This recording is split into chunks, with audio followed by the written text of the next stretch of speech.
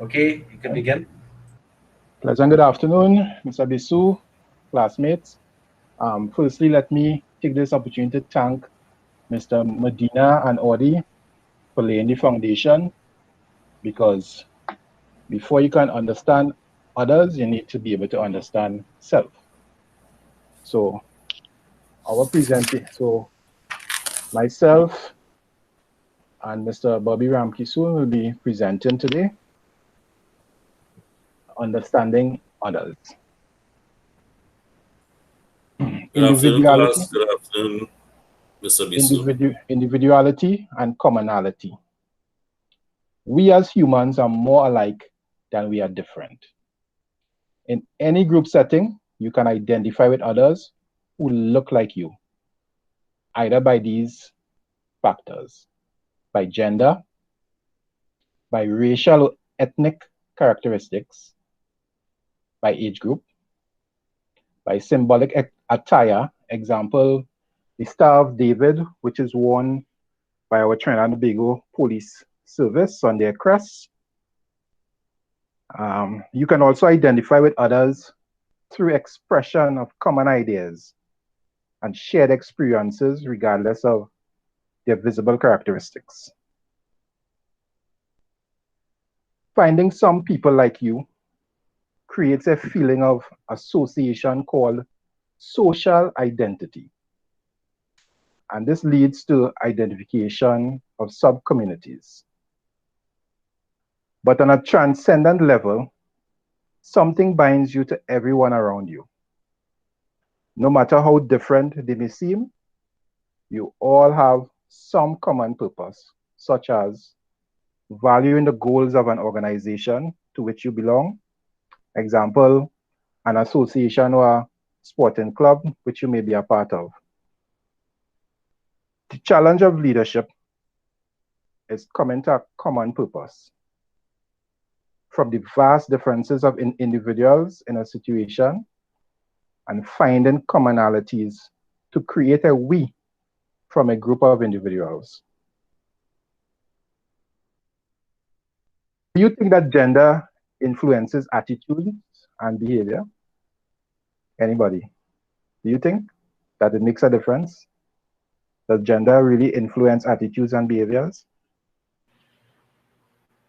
At times, maybe. At times, yeah, sometimes. Yeah. Characteristics of gender differences are numerous, and gender role perceptions are the messages we receive from our environment.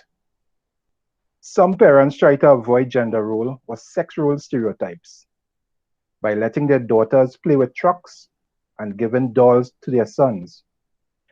But children soon realize from socializing agents, meaning like their peers, television, being in school, wherever they socialize, that that these traditions reinforce traditional gender messages.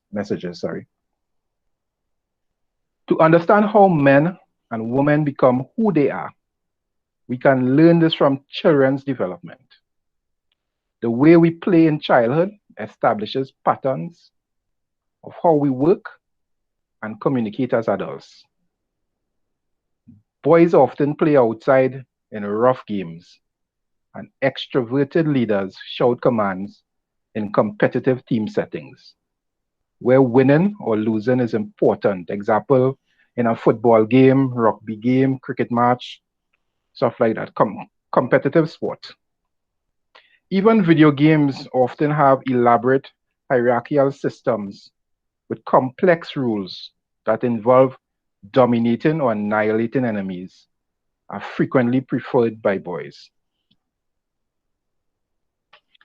Girls, on the other hand, often play inside in calm settings with one another in a small group of friends. Their play usually stresses on intimacy and values social relationships. Many of their preferred games have no winners or losers, but focuses on everyone getting a turn to play the game. Some of their games are jumping rope, hopscotch, or playhouse, to name a few. The social learning that happens with play and many other experiences often leads females to seek and value intimacy and relationships, whereas males often seek and value independence.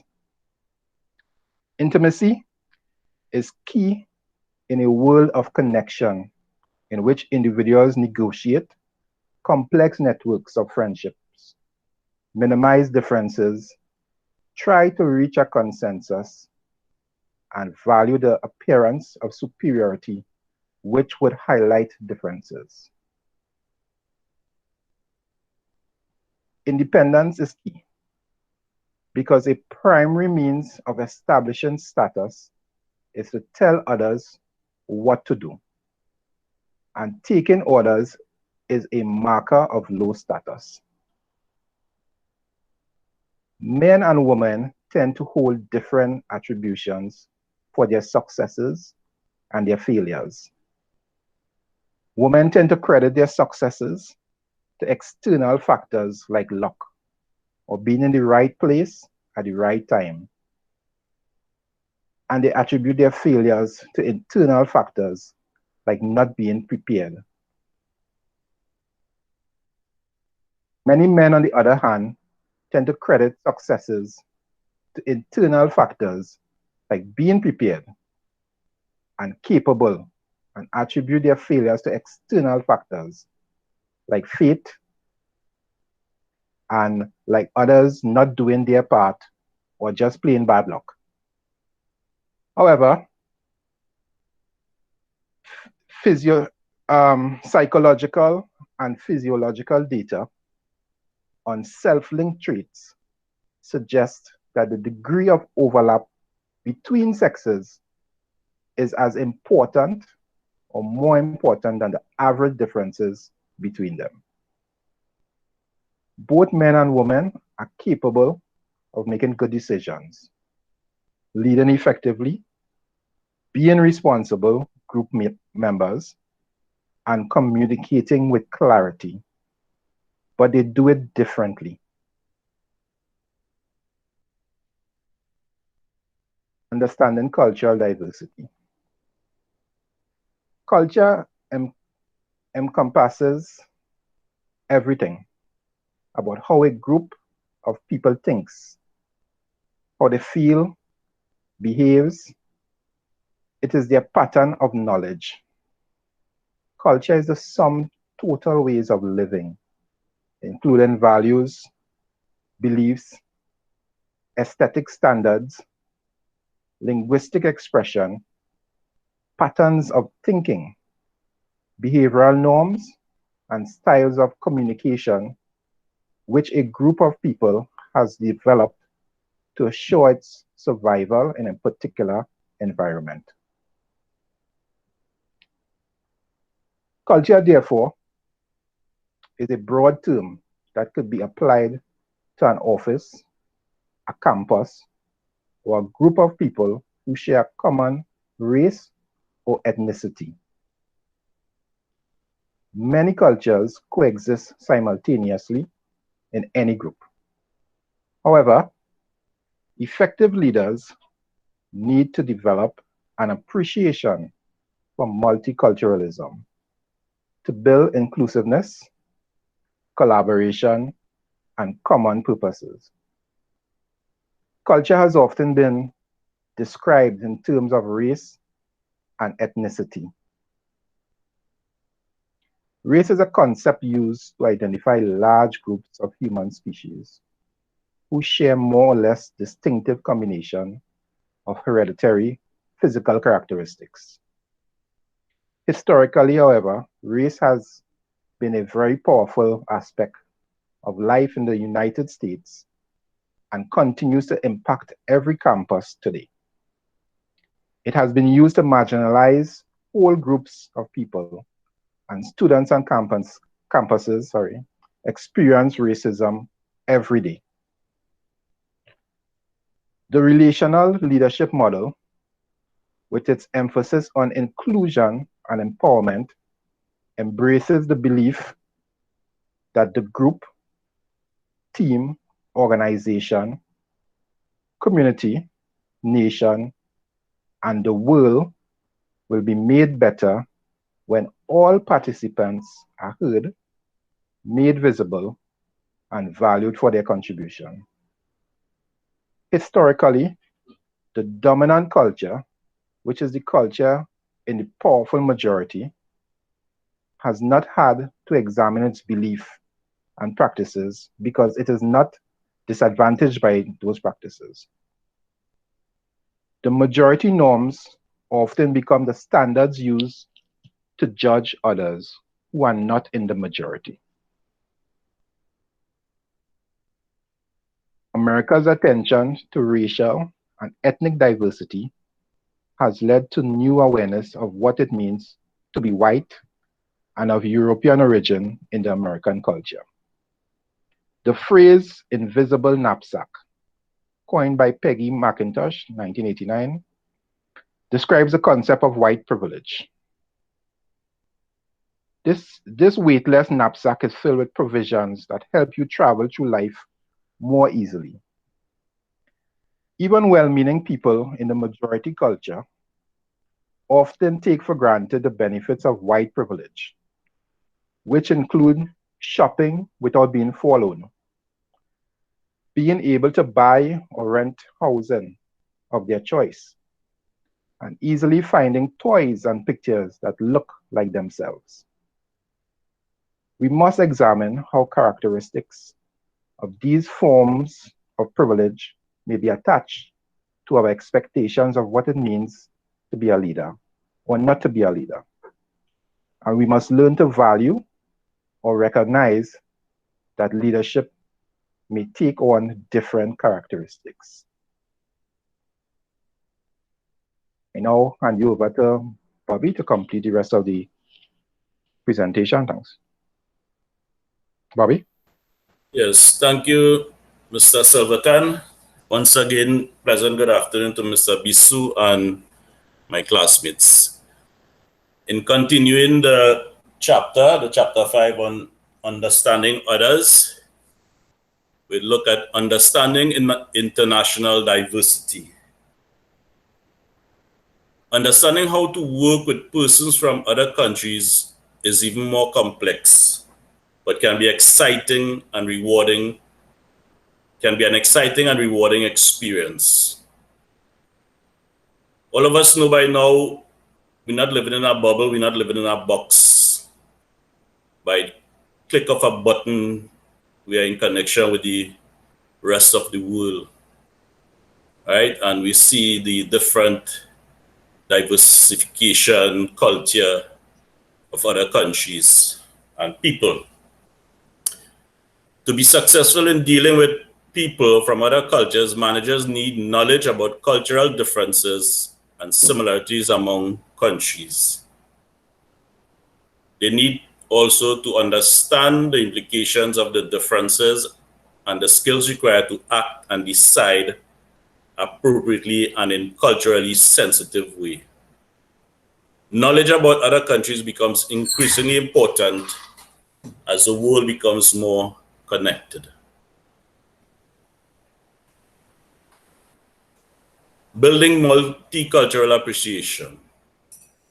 An effective leader or participant in a diverse organization requires that we know more about developing an openness and appreciation of various cultures and aspects of how others may differ. The first stage is ethnocentrism. In this stage, we believe that our own culture or way of doing things is best or superior. People with ethnocentric views can be intolerant and even hostile to others from different cultures. Racism and sexism grew from this base. Continuing.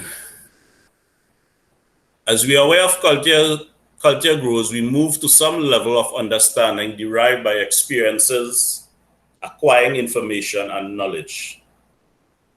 These are two transition stages of awareness and understanding lead to a willingness to accept and respect that others do have a legitimate cultural view.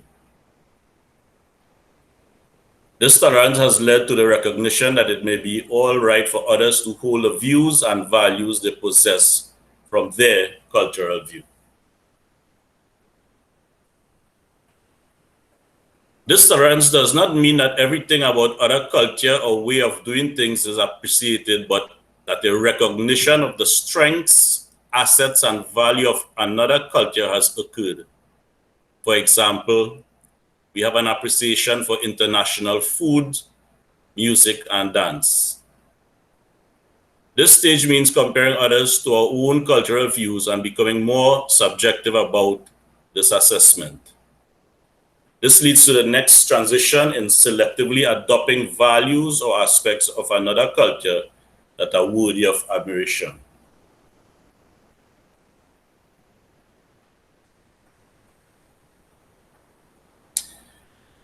The goal of this process is multiculturalism, which is not a final state, but an ongoing process of comfort in learning about and appreciating other cultures. A benefit of multiculturalism is to grow beyond seeing the world only in our own terms to seeing the legitimate views of others. This appreciation does not mean that we will agree or even find decision-making easy, but it should mean that we will understand other views. Attitudes toward differences. How we view others who are different from ourselves is complex.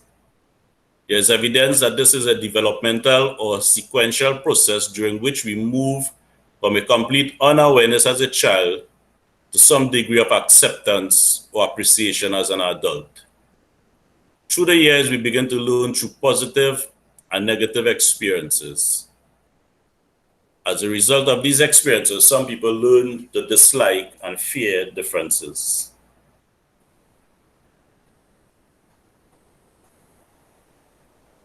In extreme cases, fears can lead to racism, homophobia, or sexism. Other experiences can lead us to be appreciative and embrace many differences. One model that applies to attitudes towards many differences is the Riddle scale. The first 4 stages of the scale are repulsion. Repulsion views people who are different as strange, sick, crazy, and aversive. Views anything that will change them to be more normal or part of the mainstream as justifiable. Pity. Pity views people who are different as somehow born that way and feels that it is pitiful. Sees being different as definitely immature and less preferred. So to help those poor individuals, one should reinforce normal behaviors. Tolerance. Tolerance sees being different as just a phase of development and most people grow out of. Thus, one should protect and tolerate those who are different as does a child who is still learning. Acceptance. Acceptance implies that one needs to make an accommodation for another's differences, does not acknowledge that the other's identity may be of the same value as one's own. These 4 stages are the negative attitudes. These are negative attitudes because they come from the belief that the person who is different is of less value than oneself. The second group of 4 stages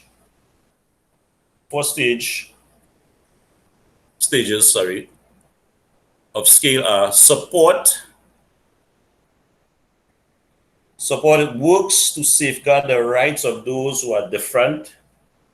One may be uncomfortable oneself, but one is aware of the climate the irrational unfairness in our society.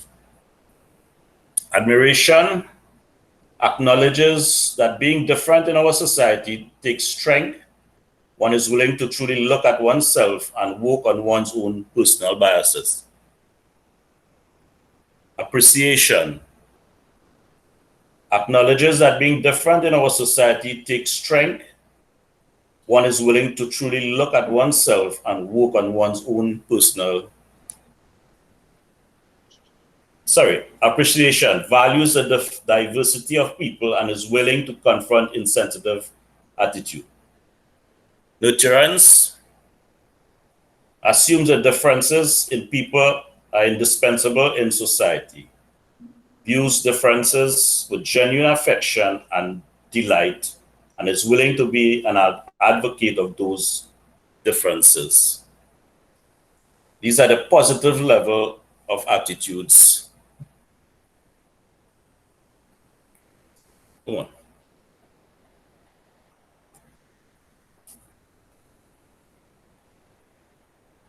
Cultural influences on leadership behavior. Awareness of the following aspects of diversity is a step towards being an effective leader. Sex, race, sexual identity, religion, ability, socioeconomic status.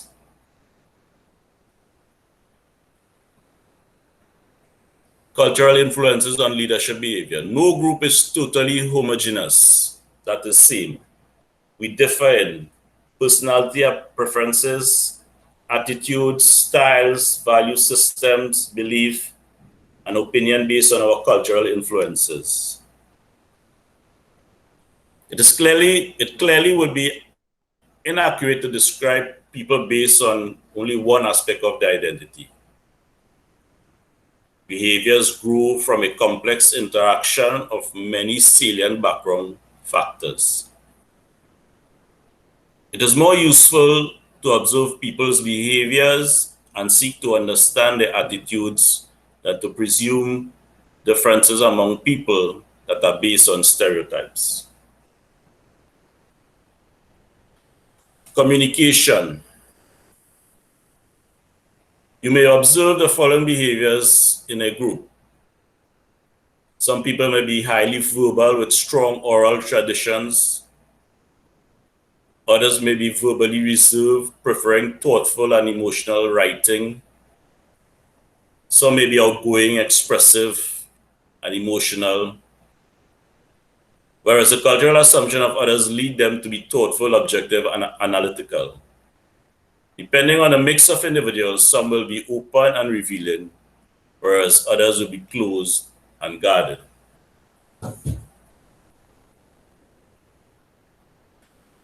Some cultural assumptions lead people to be different and factual, to be direct and factual.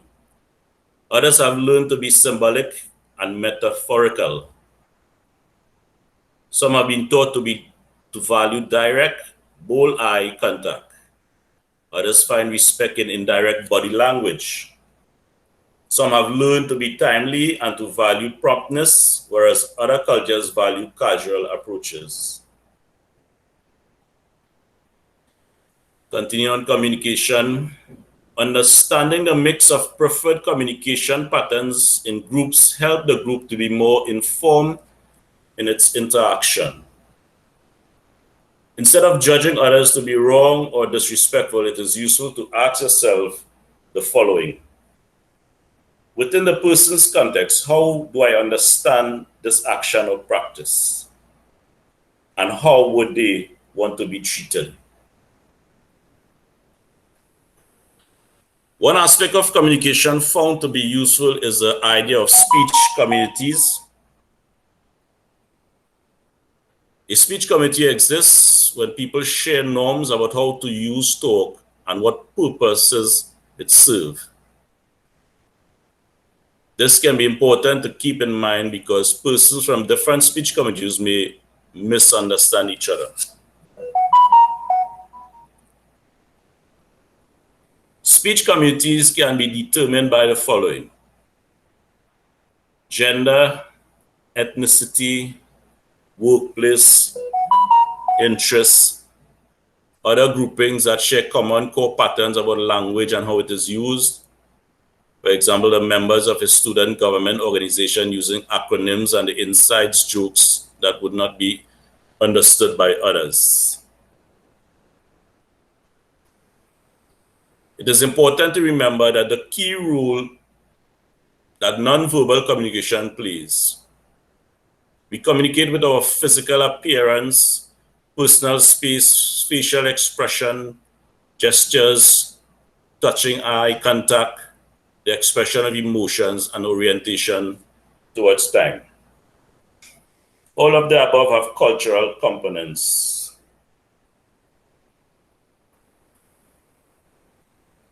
Conflict resolution. Conflict resolution is a critical aspect of relational leadership. Almost any change effort will involve some degree of conflict. Remaining focused on the purpose of the change while maintaining positive relationships is necessary. It is important to remain ethical and inclusive.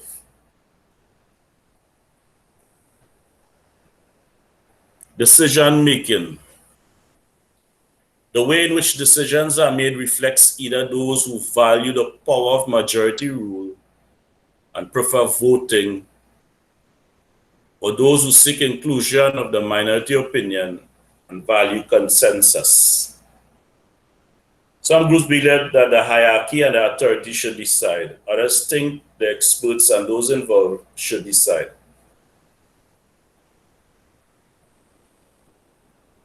Relational leadership requires communication skills that helps each person to seek to understand others, not just persuade them. All communicators should constantly ask themselves, how do my perspectives and preferences shade my view? In what way could I be understood and more correctly understood with greater insight? Leadership and communication. Just about everything done in life is enhanced by being a more effective communicator. Communication skills involve far more than persuasive talking or skillful writing. Listening and communicating in a pluralistic context requires one to listen with empathy.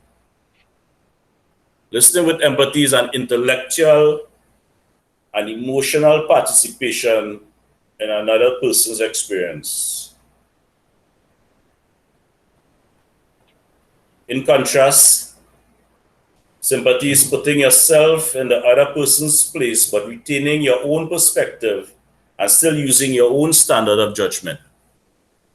You are using empathy if you are able to see yourself understanding the experiences of others from their point of view and imagining how they feel.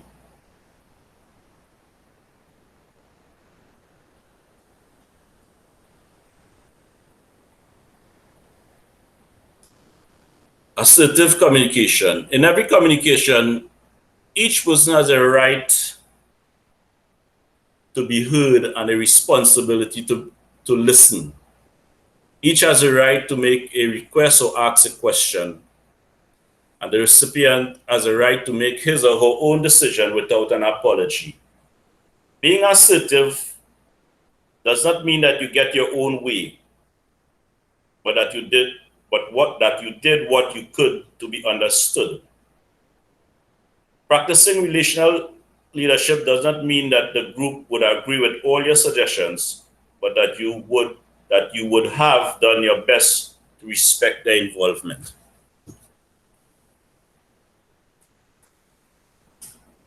Relational empathy. That is, working effectively together requires relational empathy. Relational empathy recognizes the importance of context. It means creating a new third culture that synthesizes the positions from the two individual perspectives, culture, and the context, and builds a new culture. This third culture develops its own jargon, definition, vision, and understanding, through which members can come together.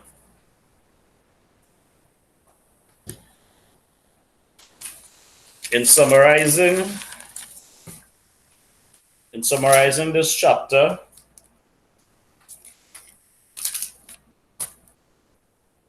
the ability to understand others, be understood by others, and together create an effective organizational or group environment is a challenge of relational leadership. Understanding the influences of our cultural heritage, gender, and other aspects of our differences help us work together towards change. We usually find we are more alike than we are different. Expecting commonalities, goodwill, and shared purpose can become a self-fulfilling prophecy. This awareness helps us create a third culture in any group. That's the end of our chapter presentation of understanding others. Would like to, on behalf of Bevan Silverton, like to thank Mr. BUSI and our classmates for their undivided attention. Thank you very much.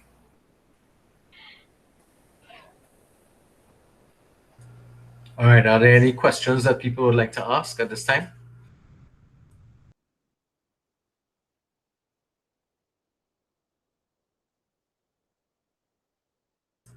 Okay, if there's no questions. I'd like to say, sir, that it was a very, very good presentation. In terms of what Bevan would have introduced there, and I like the idea of, for me, I like the idea of Bevan showing his humility by asking the class. That was one of the lessons I learned from it, asking the class, because someone helped me. You know, and in leadership, you know, that is one of the greatest points I think that could come out, where you don't assume that you know it all, but you still want to ask someone to help you. And I really appreciate that first impression of how Bevan started, although that wasn't really part of his presentation. I think I take away that as a major point for me. Okay, interesting point. Anybody else?